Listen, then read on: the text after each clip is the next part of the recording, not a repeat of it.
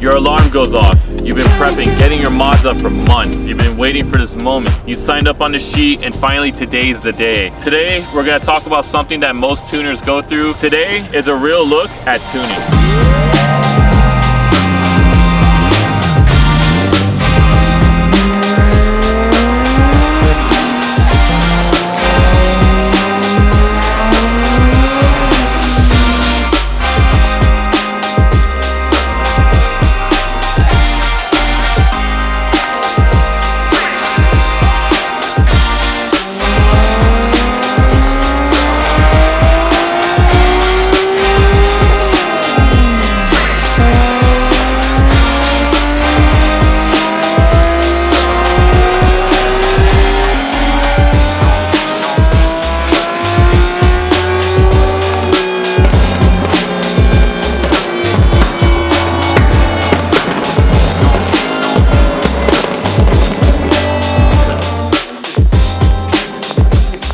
Wait for this moment to tune with Martin, our other tuners that are in the nation, but today I was thankful enough to get a moment with Martin, and we'll get into that later. But people will literally wait in line for months waiting for this moment. They'll sign up on a sheet that Martin sends out and they get excited. Everybody's antsy with anticipation to get in their car, drive to the dyno, and see what their car finally puts down numbers wise. We have all walks of life. You have whether it's drifting, drag racing, or you just want to flex your car and you just sound pretty, shoot flames. Tuners do it all. Thankful enough to, like I said, talk with Martin and give us some insight as to what really tuning is all about. What is the purpose of it? I had some friends, some homies that talked to me also as well about what tuning is for them. What's your name? Tevin Giovanni Raphael, first of his name.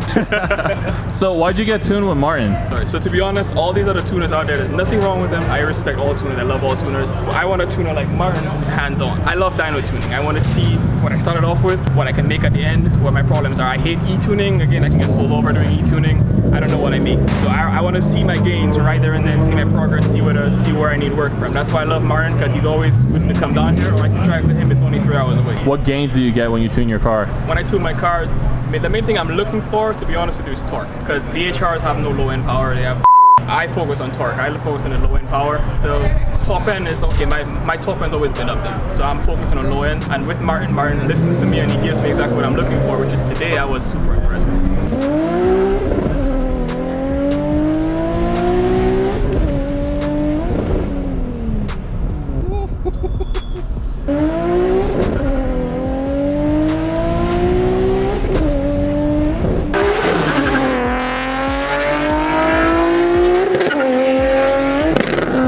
Who are you? I'm Martin. I own Rsenthalpy. It's a tuning company. I mainly specialize in Nissans, Infinitis, VQ platform, a lot of the older stuff as well. I do some select race cars for Juku Racing and for Adam LZ. And what got you into tuning? My own personal car. We reached the limit with bolt-on parts. This was in the late 90s. I'm old.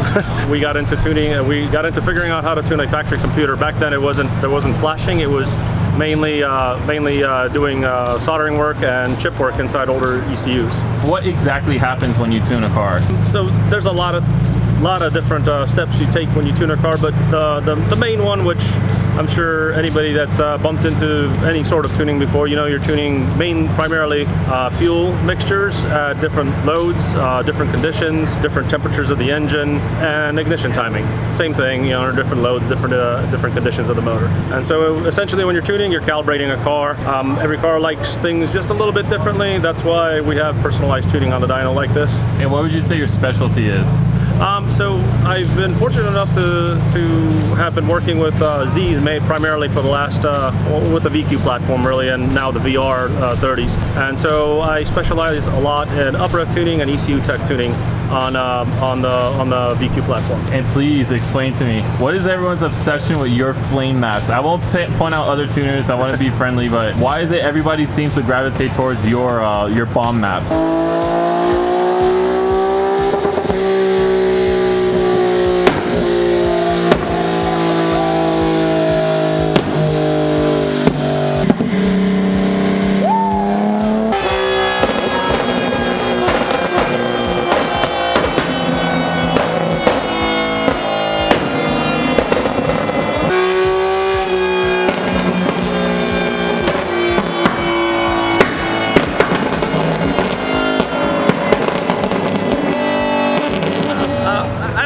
mean, a lot of tuners do very similar maps. If you look at the videos out there, John from Z1 does a really great one. Monza from Admin does a great map as well. I don't know. I mean, I think I figured out for a customer how to do it really well a while back before some of the other tuners were doing it. It caught on very well with them, and so I think I don't know if I was the first to do it, but I think I had the first one that got spread around on video pretty consistently.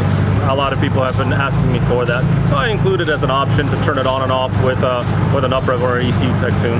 What do you recommend to anybody who's coming in to get a tune? Because we obviously experience issues before and after. What's your advice that you can give them? So advice, obviously maintenance is key. Change your oil, check your oil, make sure you're not leaking anything on the dyno, make sure the car's not overheating, doesn't get obviously no coolant leaks on it. The big ones, obviously, if you've got some miles on the plugs, change them. Make sure you're using what your tuner is going to recommend you use before you come in. Obviously, for the plugs are going to be based on your application specific, whether you're boosted or not boosted. Simple things like yesterday we had a serpentine belt go on a car, and the customer realized he hadn't changed it in 80,000 miles. The basic maintenance, I would say belts, plugs, fluids. If you're coming in with a project car that's got old gas, drain it, put new stuff in, because that's always a pain on a dyno. And tires, if you're low, make sure you raise the car. We get bogged down a lot of times with cars scraping wheels, making a lot of smoke and chafing tires. If you're low, keep that in mind, because it wastes your time on the dyno. You're going to be fixing it anyways. And obviously, make sure you got good rubber on the tires. Dry rotted stuff is a no-go. All right, perfect. And what's your Instagram again? Rsenthalpy. You can find us at just # Rsenthalpy. Perfect. Thank you, brother. I appreciate it. Not every tune day comes out perfect. You can prep all you want. Sometimes it just doesn't go your way. We had another homie come out with his Toyota 86, and unfortunately, things happened that were out of his control. And this is a story. What's your name? Anthony. Anthony. And what car do you drive? Drive this FRS. And what happened with the tune? The tune that apparently it got locked and the tuner's software wasn't updated, so he's right now updating it and the ECU is down right now. So what were the plans coming in on your tune day? Bit fire. Go crazy with that thing. Go everywhere, go insane pretty much, yeah. Do you know how much power these make around stock? Depending, if you run on 87, it's probably gonna bring it down to like 190 horsepower, and if you run it with premium, you're gonna make it to like 200, 201. And what's the overall goal? What were you saying you were gonna do with this car? I was planning on either LS swapping it or 2J. And what's your fear about tune day? Just like what I was talking about with some other buddies, like there's always that jitter that something's gonna happen, and unfortunately you were that guy. Well, yeah, exactly. Not being able to tune today or blowing water like a cat. Apparently, I just found out I have an extra cat into my headers. I can't really do any flames now. I would have to take off the head, one of the cats. All right, brother. Well, thank you, bro. Next time, all right? No problem, man. Thank you to Martin, thank you to Tev, everybody who took a moment to actually talk to me. Hopefully this gives some good insight as to what it's like to actually tune, because everybody has this mental picture as to what it could be, but I want to give you real insight, not only from the tuner's experience, but also from the experience of a car enthusiast, because again, everybody's perspective is different. This is a new concept that I'm doing with the channel. It's kind of like a documentary series, a real look into whatever it may be. I have other stuff planned, but if you guys like this stuff, please, like always, drop it in the comments. Let me know what you guys want to see. It can deal with anything car related or whatever. I'm open to all ideas. Drop a comment, let me know what you want to see. If you like this, please make sure you like. Make sure you, if you're not already, subscribe. Well, I can't really do the kiss thing, but you know what? I'll see you guys in the next video. Bye, Chris. Love you.